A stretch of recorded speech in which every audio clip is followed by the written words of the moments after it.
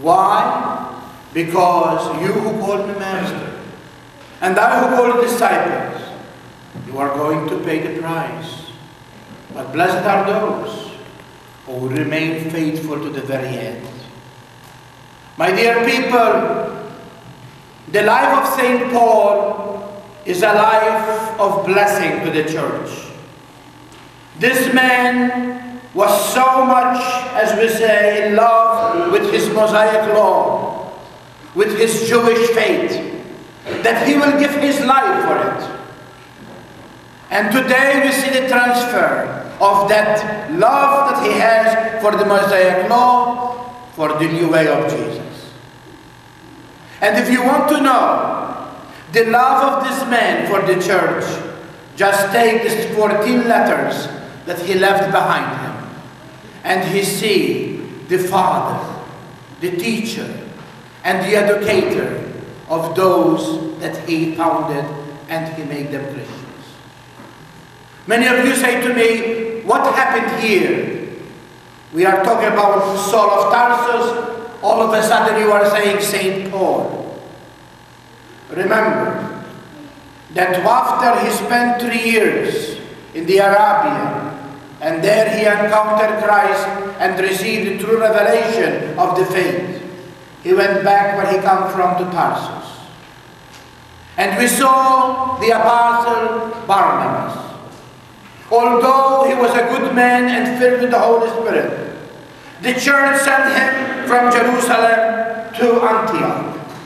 And there he wants to preach, but he does not have the charisma. He wants to tell the people about the new way of Jesus, but he does not know how to communicate it. And so it comes to his mind to go to Tarsus and bring Saul with him. And there at the church of Antioch, they experienced the Greeks, who opened their hearts to the words of the Lord.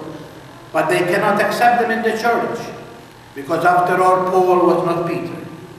And so they went to Jerusalem, and there they relate to Peter and the whole church what taking place.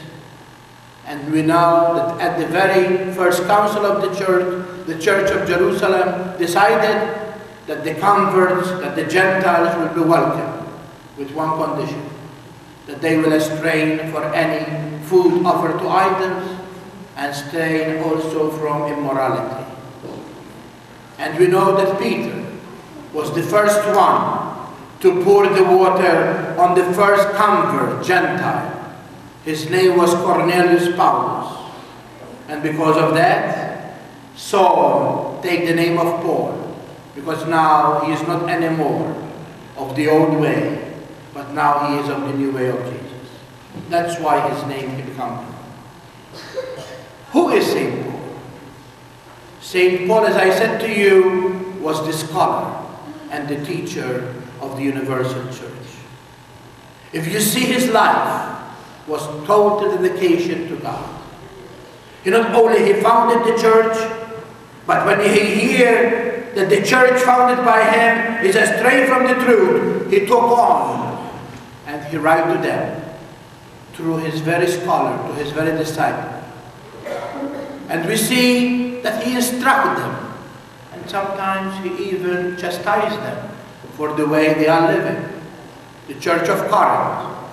He told them that they have to be ashamed how they are celebrating the Eucharist. It's a shame for them to allow somebody who is living in an incest to be part of their community. He told them it has never been and will never tolerate this, that the church will be divided. Who is with Peter, who is with Paul, and who is with the priest, Apollos. It's not Christ who died for you. Him and him crucified I preach to the world, and him have died for you to make you what you are. We are just the voice.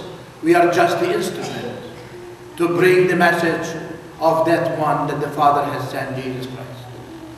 St. Paul understands the importance of his suffering for the gospel. And if you read the letter to the Galatians, you will see there how much St. Paul suffered. He suffered hunger, he suffered thirst. He suffered in prison. He suffered shipwreck. He suffered beaten. He suffered disgrace. And even thrown out of towns. St. Paul knows that the gospel that he is preaching is a gospel that will be accepted by many, but many are going to be his enemies. How many times he prayed that God will deliver him from these attacks. But God said to him, my grace for you is enough. I will not abandon you. You are my instrument, and I will never put it down. When he wrote to the people of Thessalonica, how much he himself loved them, especially the Philippians. How much he loved them. And he said to them that beautiful verse that when I go home I always read at the round of the dome of my church. If for no one I am nobody, for you I am a father, because I have conceived you in the faith. How beautiful it is. For everyone I am nobody, but for you I am a father, because I was the father who conceived you in the faith of Jesus Christ. St. Paul not only suffered, but he was not tolerant of things that are going against the gospel. He stood even to Peter in front of the Gentiles in Pisidia and told him we cannot live two different ways. Either we are going to allow the Christians and the Gentiles to be one, or we are going to have a division between Greeks and Jews. St. Paul was not tolerant, even with Mark, who began the journey with him, but he was very, as we say, unhappy, or let us face it this way, he was homesick. And St. Paul said, you know, I need people here to be strong and really work with me. You can go home to your mother. St. Paul was not afraid to even travel to people he unknown. He brought the gospel to many, and because of that, he himself remained firm. He worked with his own hands to earn his own living. He did not want somebody to think that he is doing this so that they will keep him going. He said, I set you an example. If you don't eat, if you don't work, you don't eat. I work when I was among you. Not that I have no right for the gospel, but I want to be an example for you. My dear people, the words of St. Paul are still over and over and over again, always sound in my ear. I am what I am with the grace of God. It's not me who live, but Christ lives in me. The heart of Jesus is the heart of Paul. And at the end of the journey, he said those beautiful words that we will conclude with them today. But I like to point in that second reading today what St. Paul means.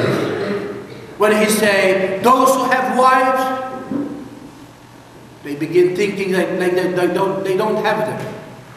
Many of you men like that, don't you? It's not the kind of thinking that St. Paul had. St. Paul said that everything we have in life is nothing comparing to Jesus. Nothing comparing to that glory that is awaiting us.